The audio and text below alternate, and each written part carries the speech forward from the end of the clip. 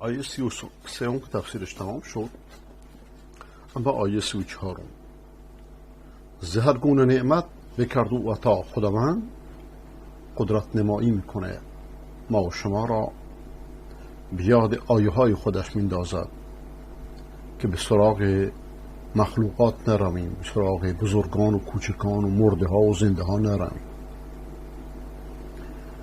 زهر گونه نعمت بکرد او عطا، یعنی نعمت ها از آن خداونده. این که آخوند مشرک میگه نعمت از زمان امام زمانی است که هرگز از مادر متولد نشده، دلالت بر شرک و غلوش میکنه که رهرو کلیسا و کنیسته. زهر گونه نعمت بکرد او عطا، زهر چیز میخواستید از خدا. اگر این همه نعمتی را که حق نهاده است بهر شما در طبق، بخواهید آرید اندر شمار، نباشید قادر در انجام کار. حتی شمردنش هم براتون محاله. ولی با تمام وجود و صفات، بشر سخت کافر بود در حیات.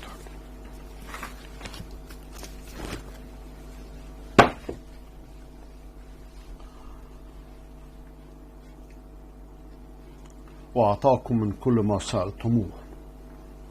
بله، خداوند قبل از اینکه ما سوال کنیم و اون چرا هم که سوال کردیم همه نعمت ها رو به من شما داده. قبل از اینکه من شما به وجود بیاییم این کائنات رو ایجاد کرده بر استقبال من شما. قبل از اینکه من شما سوال بکنیم مثلا یعنی چی؟ یعنی نعمت های خداوند از وجود من شما سبقت گرفته، از وجود آدم سبقت گرفته. این جهان در استقبال آدم و بنی آدم بوده، آماده برای استقبال بنی آدم قبل از اینکه من شما وجود بیاییم. حتی اگر فرد خودمون را نگاه کنیم میبینیم که نعمت ها قبل از اینکه من شما از خداوند بخواهیم من شما را فرا گرفته. به عنوان مثال جنین که در بطن مادرشه قبل از اینکه سوال بکنه، قبل از اینکه سوالی بلد باشه، باز هم نعمت ها احاطش کرده، غذاش، تنفسش، اعضای جسمش. ولذا خداوند فرماد که و آتاکم من کل ما سألتموه، یعنی هر آنچه را که پرسیدید خواستید و هر آنچه را که نخواستید، چه بخواهید چه نخواهید، چه نطق بکنید چه نطق نکنید، چه حتی در خاطرت بگذره و چه بسا چیزی بخواهید خداوند بهت بده. لیکن از خداوند، از حکمت خداوند سبحانه و تعالی اینه که و آتاکم من کل ما سألتموه، هر آنچه را که خواستید هم خداوند به شما داده. برای که در پشت سر هر نعمتی، هر عطایی یک حکمته و پشت سر هر منعی هم یک حکمته. یعنی چی؟ یعنی هر ندادنی هم عین دادن پیش خداوند. هر آنچه که به شما نداده یک حکمت پشت سرش وجود داره. لیکن خداوند سبحانه و تعالی برتر و منزه تر است اینه که مدیر دفتر من شما باشه که هرچی بخوایم بگه بله. چه برای که انسان و یدعو الانسان بالشر دعاه بالخیر، انسان از بیعقلیش اینه که هم برای شر همچنان دعا میکنه چه بسا که خیر میخواهد. ولذا اینجا مقصود اون چه از خیری را که از خدا خواستید خداوند به شما داده. یعنی بعضی از اون چه سوال کردید، بلکه پرسش های احمقانه رو، خواست های احمقانه رو که جواب نمیده. مادر یه لحظه عصبانی میشه بر علیه فرزندش دعا میکنه، خداوند اینو قبول میکنه. ولذا این عظمت خداونده، از حکمت خداونده که آنچه را که مطابق حکمت به من شما برامون اجابت کرده از دعاهامون و آنچه را که مطابق حکمت خداوند نیست اونو نه. اینجاست که عطای خداوند نعمته و منحشم نعمته. و اون چرا که سلب کرده هم نعمته، اون چرا که انعام کرده نعمته. ولذا میفهمد که سأریکم آیاتی فلا تستعجلون، من آیه های خودم را به شما نشون خواهم داد، عجله نکنید. ولذا هیچ کسی حق نداره بگی که من دعا کردم خداوند دعای من نپذیرفت. همیشه این یادش باشه که یدعو الانسان بالشر دعاه بالخیر، انسان از خداوند شر همچنان میخواد که خیر میخواد. و کان الانسان عجولا، انسان شتاب زده عجوله. ولذا خداوند مالک حکمت عطا و مالک حکمت منه. هیچ کدوم از من شما نمیتونیم نعمتهای خدا را بشماریم.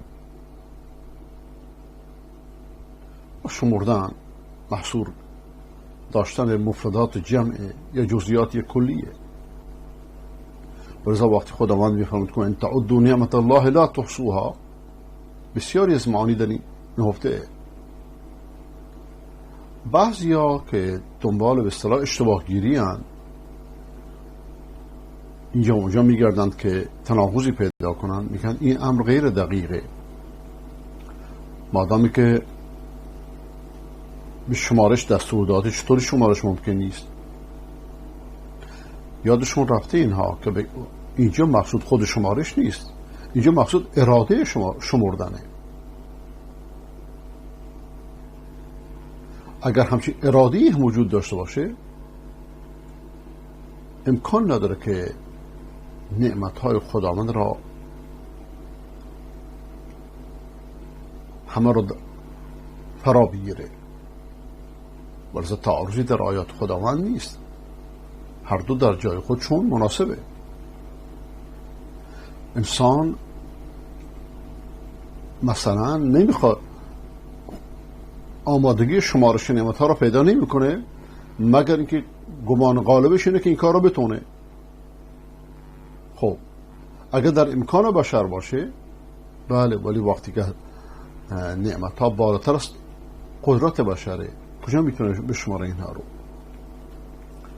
مثلا اراده فعل یک چیز رو که انسان انجام میده، یا ایها الذین آمنوا اذا قمتم الى الصلاة فاغسلوا وجوهکم، ای مؤمنان به مجردی که اراده نماز کردید، بلند شدی برای نماز، وضو بگیرید. فاغسلوا وجوهکم، صورتتون رو بشورید. من شما که در وقت نماز که صورتمون رو نمیشوریم، بلکه قبل از اون وضو میگیریم، در وقت وضو صورتمون رو میشوریم. وقتی مؤذن اذان میده اراده نماز میکنیم، تصمیم نماز میگیریم. اینجا مقصود اینه که وقتی اراده نماز کردید این کار و اون کار انجام بدید. اونجا هم در مورد شمردن هم همینطوره. وقتی چیزی رو با سببش ذکر میکنی گویا که خودشه. وقتی که بگی که وقتی میبینی که در مسجد اذان داده شد، شما خارج از منزلتی داری برای نماز میرید، این حکم نماز رو داره، ولذا نباید بدوید مثلا که نماز برسید، بلکه از لحظه ای که شما وضو گرفتید و دارید به طرف مسجد، شما در گویا که در حال نمازید، اجر نماز برات هست. ولذا انسان کاری نکنه که در تناقض با نماز باشه. وقتی داخل مسجد میشه با وقار و با آرامش داخل مسجد بشه. و اینجا وقتی که تأمل میکنیم این آیه خداوند را، و ان تعدوا نعمت الله لا تحصوها، کلمه این در زبان عربی در امری به کار برده میشه که مشکوک فیه باشه، اما امری که متيقن باشه اذا به کار میبریم. اذا جاء نصر الله والفتح، اذا رو بر امر مطمئن به کار میبریم، اینو بر امری که مشکوک باشه. اینجا خداوند با اسلوب شک به اصطلاح آمده، و این یعنی که نمیتونی این کارو بکن، بلکه انسان عاقل از همون آغاز میدونه که از شمردن نعمتهای خداوند عاجزه. و امروز شمارش و سرشماری خودش یک علم بخصوصیه. با این حالی که الان علم پیش رفته، کامپیوتر به وجود اومده، لیکن هیچ کسی جرأت نکرده که نعمتهای خداوند را در این هستی بشماره با وجود کامپیوترهای بزرگ. برای که چون شمارشی نیاز به کلی داره که افراد داشته باشه، کلی که نیاز به جزء داشته باشه. شما هر نعمتی از نعمتهای خداوند را نگاه کنید، شما فکر میکنید که یک نعمته، لیکن وقتی روش دقت کنید میبینید که نعمتهای متعدد درش هست. ولذا تناقض در قول خدا وجود نداره که ان تعدوا نعمت الله لا تحصوها. اگر نعمتهای خداوند رو بشمارید نمیتونید بشمارید. شما نعمت آب نگاه کن، نعمتهای متعددی در آب وجود داره. آب از عناصر هیدروژن و اکسیژن به وجود اومده، هر کدوم از اینها یه نعمته. نعمت زمین نگاه کنید، چه نعمتهایی که در خود زمین که من شما روش راه میریم نهفته شده. و ان تعدوا نعمت الله لا تحصوها. و در اینجا سه عنصر وجود داره، یکی منعم نعمت دهنده و یکی خود نعمته که خداوند میگه شما نمیتونید اونو بشمارید و هیچ کسی هم با وجود که بشر احساس فضولی داره، کنجکاوه، لیکن همچه کاری نکرده، هیچ عاقلی همچه کاری نکرده. و عنصر سوم در آیه خود منعم علیه که انسان باشه. و وقتی انسان چه بسا که از نعمتهای شبیه خودش، از پدر، از مادر، از انسان دیگری، از شمردن نعمتهاش و بزرگیش و آقایش عاجز باشه، چطور نسبت به خداوند؟ ولله المثل الاعلی. ولذا بعد میفرماید که ان الانسان لظلوم کفار. انسان ظلم پیشه، کفر پیشه. اینجا در این آیه بیانگر ظلم انسان به خودشه و کفرش به نعمت.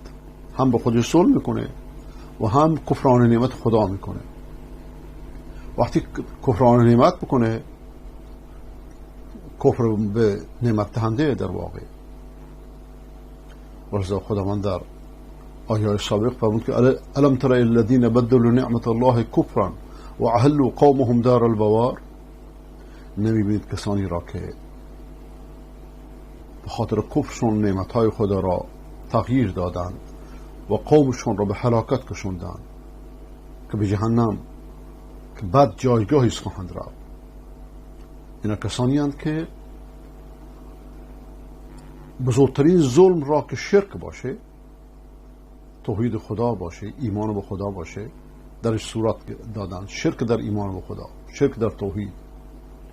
و انسانی که براش نعمت میاد، چون انسانی شایسته نیست که همه این نعمت ها رو ببینه سپس چشماشو ببنده و کفر بورزه، بلکه عدل و انصاف مقتضاش اینه که هر چیز رو به صاحبش بده.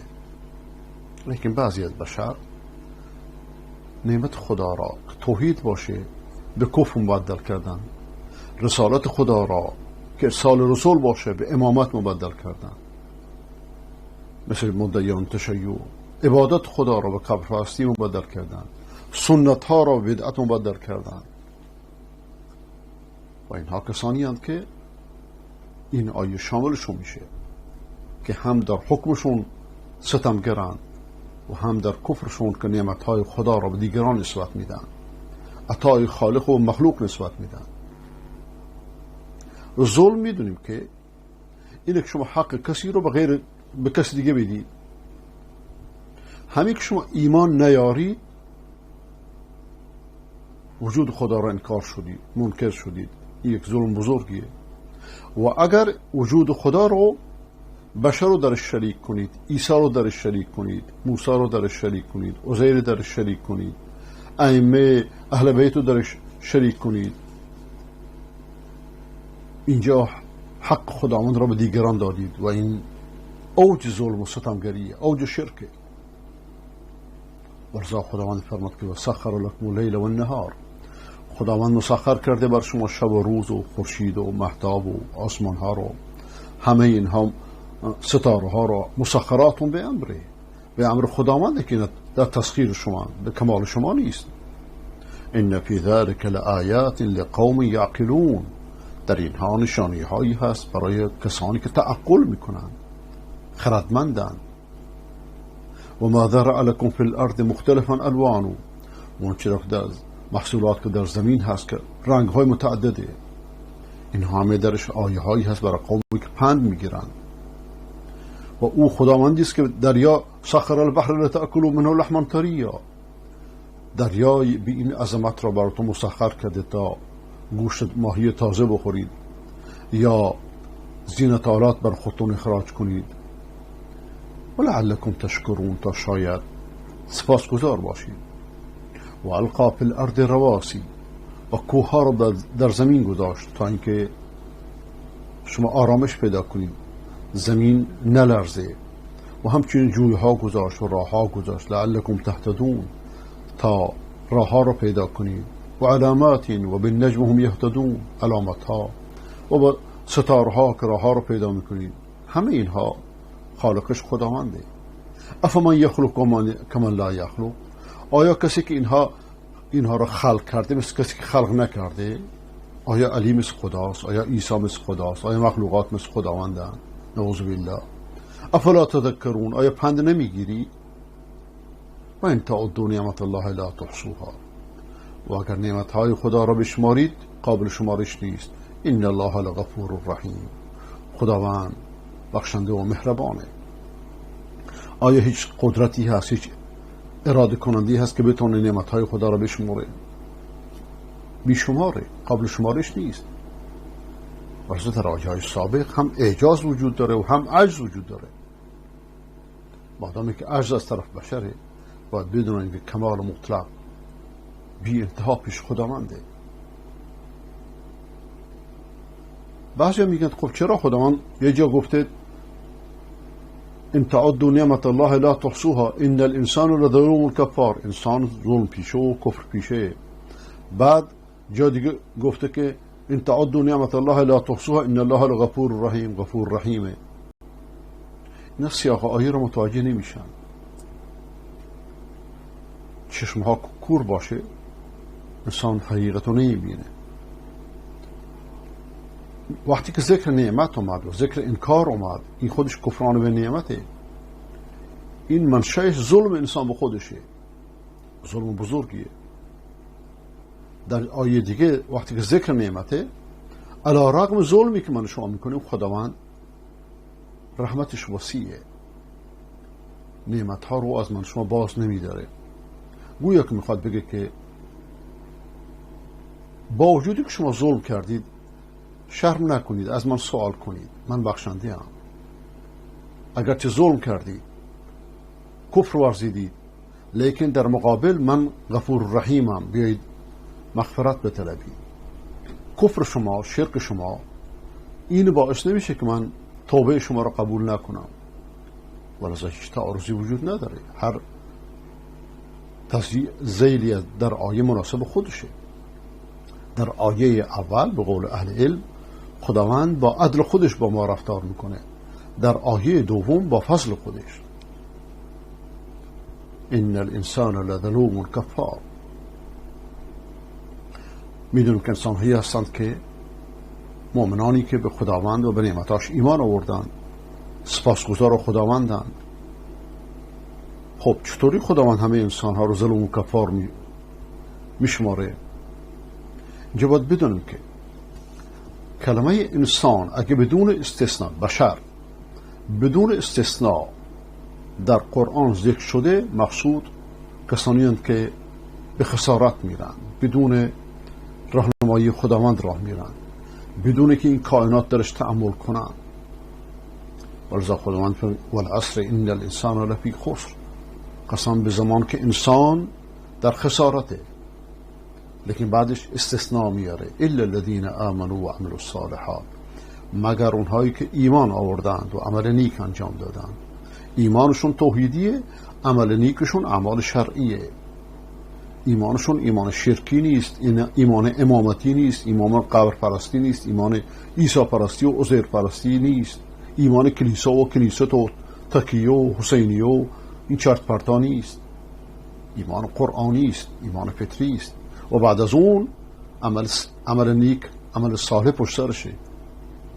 و بعدش هم چون این ایمانی نیاز به صبر داره، پایبندی به حق نیاز به صبر داره و تواصل بالحق. بعد از اینکه ایمان آوردن و عمل نیک انجام دادن، وصیت به حق کردند و مردم به صبر دعوت کردند. و آتاکم من کل ما سألتموه و ان تعدوا نعمت الله لا تحصوها ان الانسان لظلوم کفار. اهل علم میگن که هر آنچه را شما از خدا خواستید و نخواستید شما داده. آیا کسی از من شما از خداوند ستاره خواستیم، کهکشان خواستیم، خورشید ما خواستیم؟ این همه انواع نعمت ها و محصولاتی که در زمین هست، این همه حیوانات، قبل از اینکه من شما به وجود بیایید هیچ کدوم اینها رو من شما نخواستیم. ولذا اهل علم استنباطشون اینه که همچنان که عرض شد، قبل از اینکه من شما از خدا بخواهیم، خداوند این کائنات رو پر از نعمت کرده برای من شما. قبل از اینکه سوال کنیم، وقتی که من شما رو ایجاد کرده، من شما بعضی از نعمت‌ها رو پرسیدیم، خواستیم. و آتاکم من کل ما سألتموه، هر آنچه را که شما خواستید و نخواستید که به مصلحتتون بوده برای شما دادیم، مهیا کردیم. برای چون این پرسشی یا به زبان حاله یا به زبان قاله. گاهی انسان مثلا چیز رو سوال میکنه که خدایا به من یک عمل نیک انجام بده که من نصیب کن که من به تو تقرب جویم. به من یک همسر نیک انجام بده که عفت به خرج بدم. فرزند نیکی به من بده که بعد از من وارث من باشه. مال حلالی نصیبم کن تا من رو در طاعتت کمک کنه. این سواله، لیکن گاهی انسان سوال نمی کنه. با این حال خداوند حاجتاش رو روا میکنه. مثلا شما میبینید یک انسانی، بچه‌ای در خانه نیاز داره، پدرش سوال نمی کنه، براش میخره. انسان محتاج به که در سرما خودشو بپوشونه، خداوند گوسفند خلق کرده، پشم خلق کرده، لباس پشمی بپوشه، گرم میشه. گاهی انسان به زبان حالش سوال میکنه، نه به زبان مقالش. تابستان میاد، شما احساس گرما میکنید، نیاز به میوه‌ای دارید که پر از آب باشه. در تابستان خداوند هندوانه برات درست کرده، خربزه برات درست کرده. در زمستان میوه‌های دیگری که مناسب زمستان باشه. ولذا همه اینها رو خدا خلق کرده، اینها رو از آیات خودش آورده. همسر شما رو از خودت خلق کرده. و من آیاته ان خلق لكم من انفسكم ازواجا لتسكنوا الیها. از آیات خداوند اینه که از خودتون، از نفستون، از خودتون همسر براتون ایجاد کرده تا محل آرامشتون باشه و بین شما مودت و رحمت قرار داده. ولذا پرسش از خداوند، خواست از خداوند، یا به زبان حاله یا به زبان مقاله.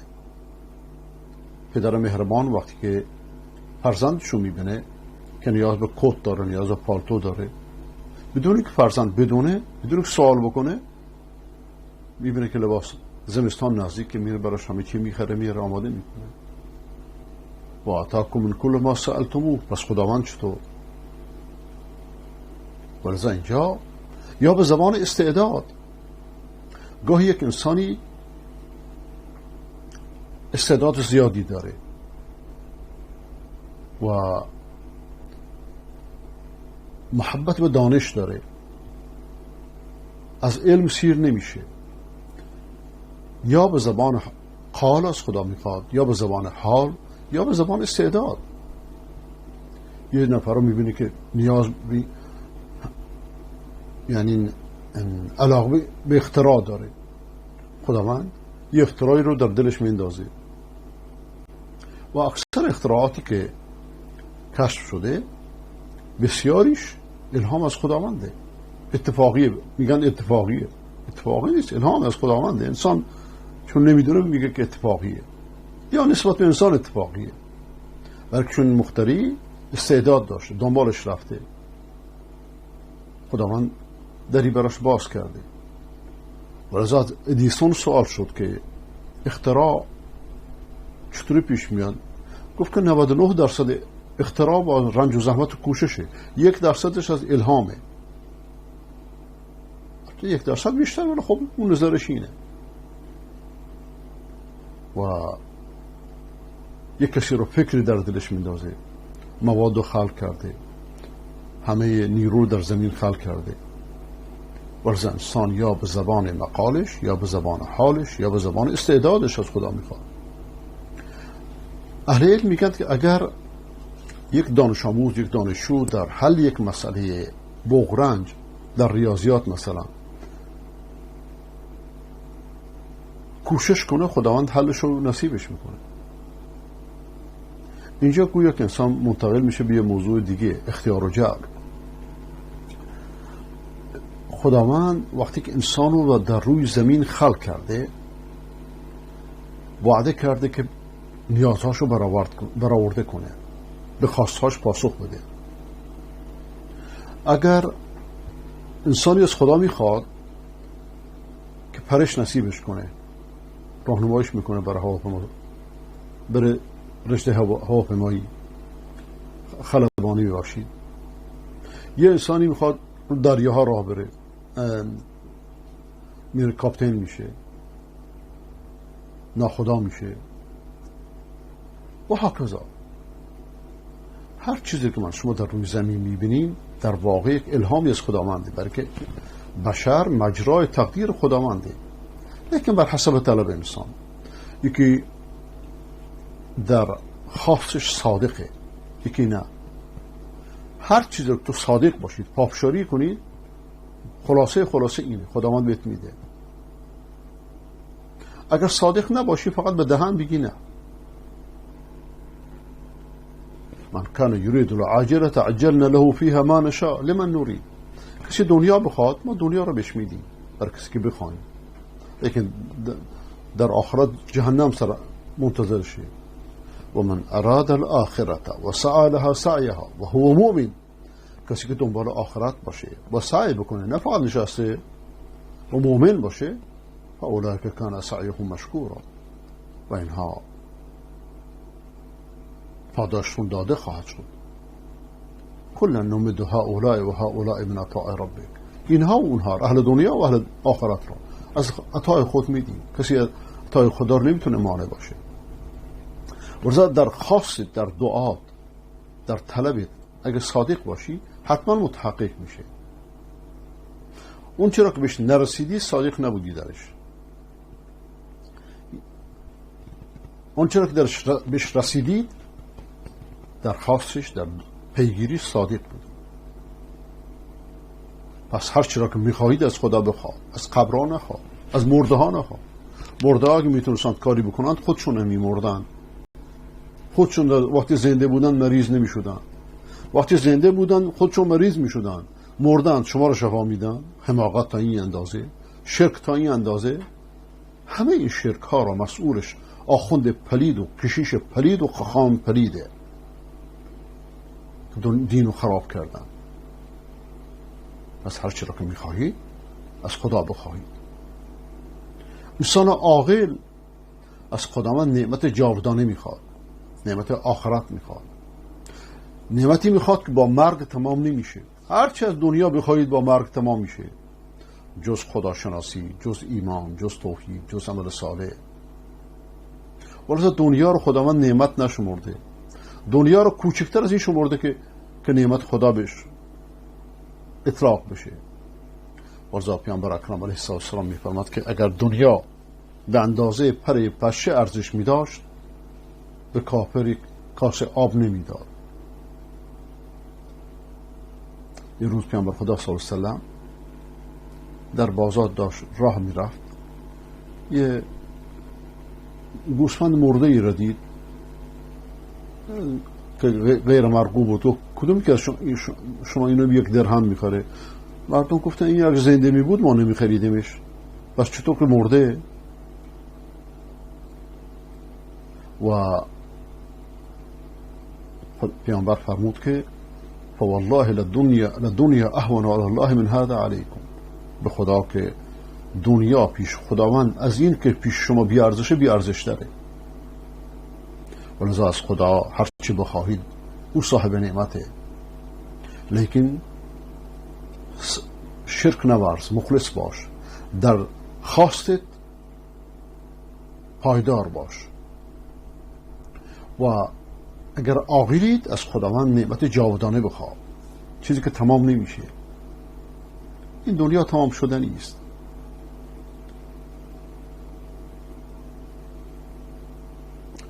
و ان تعدوا نعمت الله لا تحصوها. طور که عرض شد یک نعمت درش نعمتهای فراوان وجود داره. نعمت چشم، نعمت گوش، نعمت سلامتی، نعمت زندگی، نعمت نطق، نعمت فرزند، نعمت تندرستی، نعمت خلق. من شما زنده ایم تا توشه آخرتمون درست کنیم. خب وقتی انسان یه نعمت نمیتونه بشماره، چطوری میتونه شکرش ادا کنه؟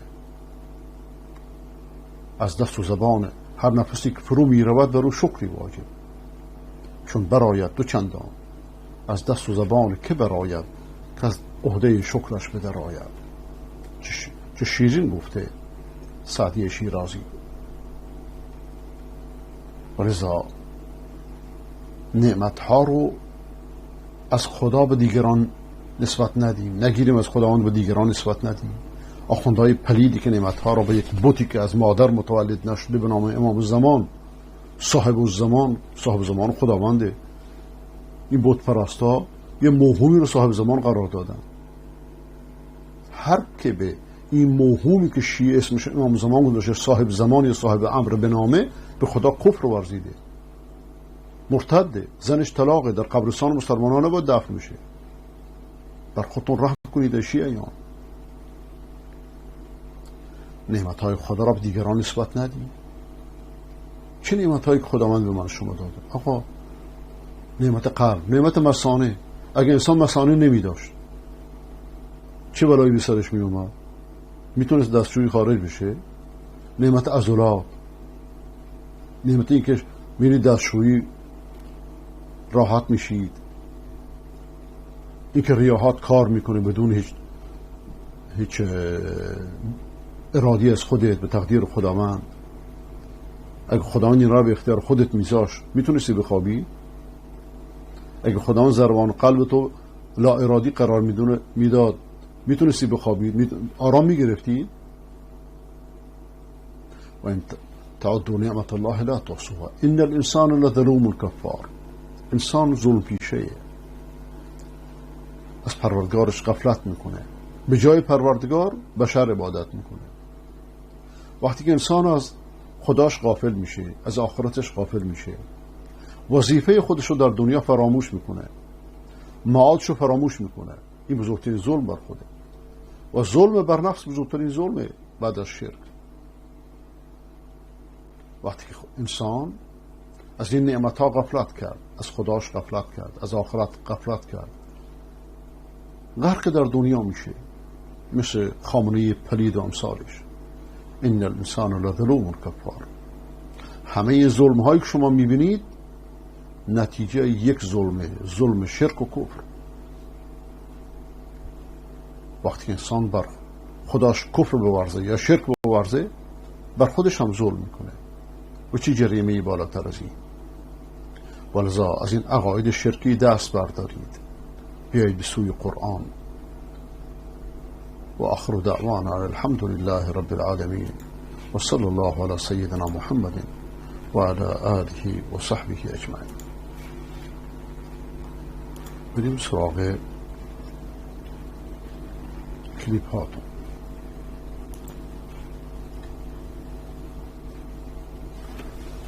ایشون میگه که صدا خوب نیست.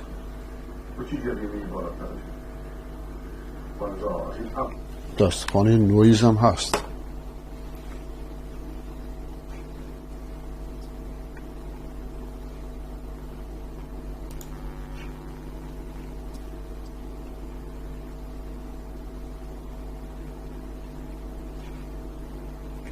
آقای سلطان سلیم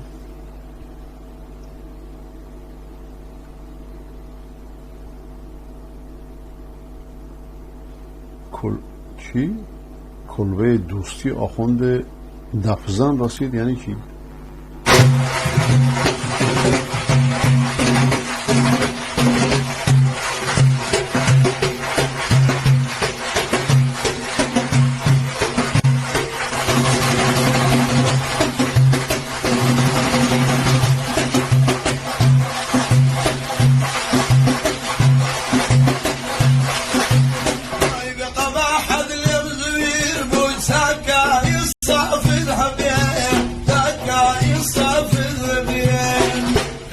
اینا با صوفی باشن.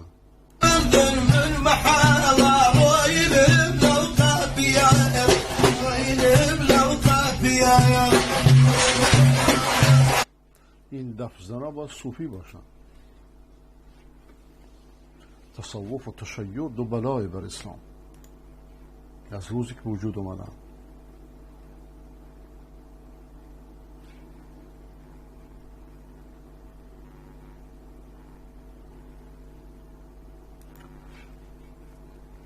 رصد بلوچستان از دیدگان بلوچ ضمن بلند کردن براکارت فراموش نمیکنیم پهلوی و سپاه هر دو ما را تروریست خوندن و با شعار قسم به خون یاران ایستادیم تا پایان. آقا قسم به خون یاران شرکه. این کلمه فرصت طلب این شعار رو منتشر کرد تو دهن مردم. این دا قسم فقط و فقط برای خداونده. من نمیدونم مولوی عبدالحمید چرا ساکته. این شرک صریحه. قسم به غیر خدا شرکه، درست نیست. شعارهای مردم اصلاح کنید.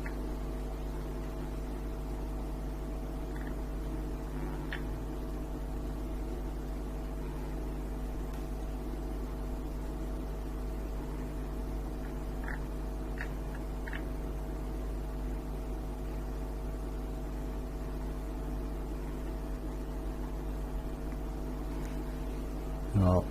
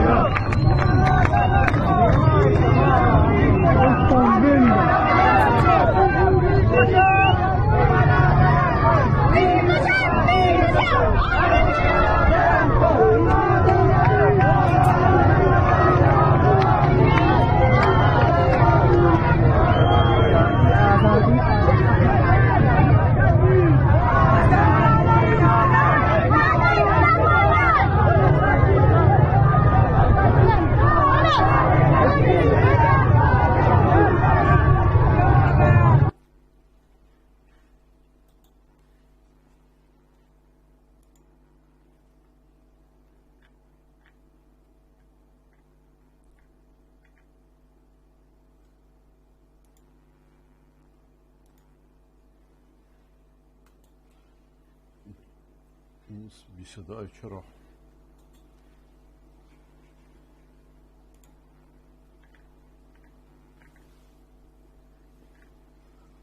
اینا شعارهای زاهدان امروز.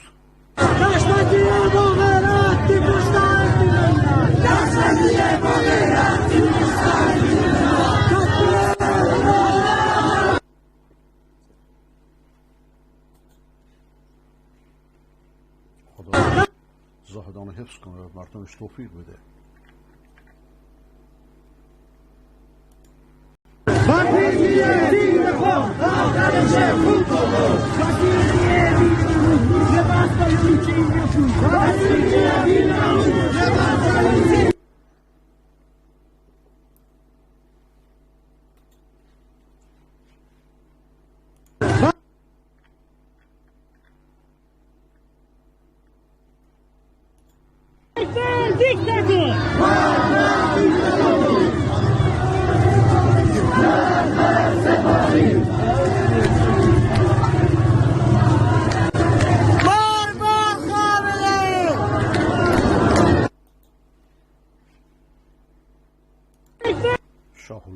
را مردم بلوچستان رو تجزیه طلب می‌نامند.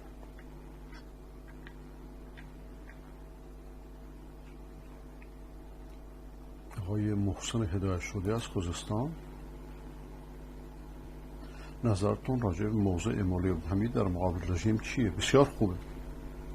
برای اولین بار در این 43 سال بنده از مولوی عبدالحمید هم تاییدش کردم، هم براش دعا خیر کردم. خداوند در این موضوع ثابت قدمش نگه داره. آقای ابو فاروق،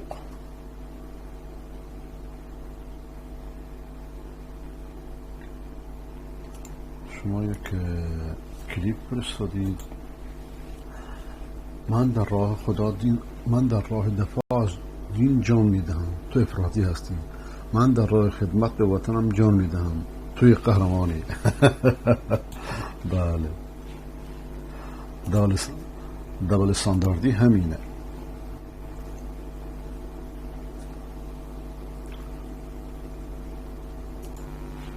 خود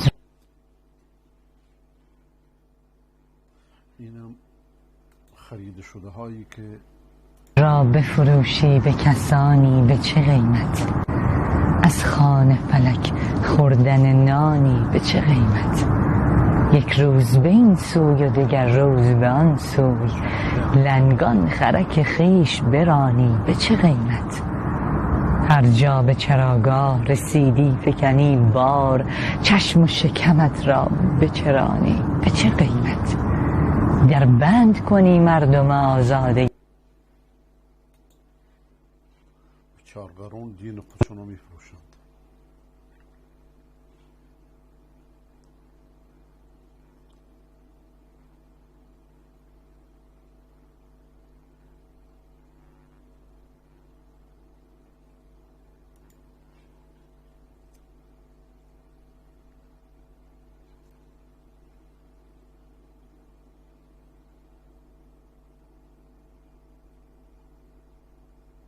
من از افغانستان شهر هرات هستم و در رسانه کار میکنم. حالا من مدتی است که برنامه‌های شما رو تعقیب کردم. حتی همین بیشتر تبلیغ مولوی عبدالرحمن انصاری بود، خدا رحمتش کنه. حالا اگه شما بخواهید، من و دوستم هر دو میخواهیم با شما همکار باشیم. خیلی خوشوقتم.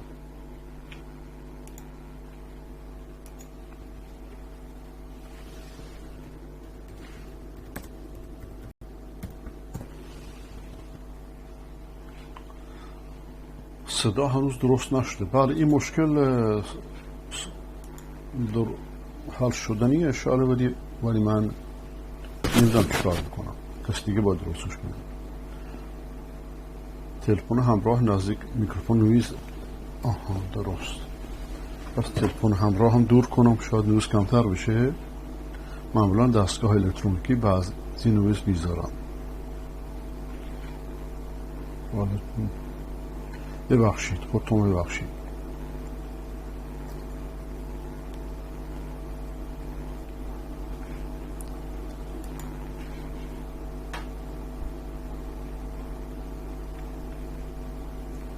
خانه اصفهان و کمله. یکی از دلایل بیگناه بودن 3 شهروند اعدامی تو پرونده خانه اصفهان دروغ‌های شاخدار رسانه‌های حکومتیه. به این نمونه توجه کنید. همه خبرگزاری‌های حکومتی از تصنیم و مهر گرفته تا خبر آنلاین و همشهری و حساب‌های کاربری سپاهی با انتشار یک ویدئوی مصاحبه از عبدالله مهتدی دبیرکل حزب کمله ادعا کردند که اون گفته افراد دستگیر شده تو پرونده خانه اصفهان عضو کمله بودن. استناد اونها به مصاحبه‌ای که 26 اردیبهشت 1402 از BBC پخش شده و ژیار گل در اون از آقای مهتدی درباره ماجرای دستگیری 4 نفر از اعضای کمله میپرسه. 4 نفر رو دستگیر کردن، گفتن این افراد از اعضای حزب شما هستند. اعترافات این افراد رو پخش کردن و گفتن قصد عملیات نظامی در اطراف اصفهان داشتن به تأسیسات نظامی و امنیتی ایران. آیا این افراد عضو شما بودن؟ بله، اعضای ما بودن و اعضای خوب ما هم بودن. وزارت اطلاعات این 4 نفر رو به اتهام قصد خرابکاری داشتن در تأسیسات اصفهان دستگیر کرده و مهمتر از اون این افراد تو مرداد ماه 1401 تو ارومیه دستگیر شدن. این در حالیه که پرونده خانه اصفهان مربوط به 3 ماه بعد در 25 آبان 1401 و ارتباطی با دستگیر شدگان کماله نداره. هر وقت رسانه‌های حکومتی اینطوری احمقانه و شاخدار و هماهنگ برای انگ زدن به متهمانی دروغ می‌نویسن، بدونید قراره که سر بیگناهی بالای دار بره. فهمیدم دنبال یه گردن برای طلاقشون میگردن.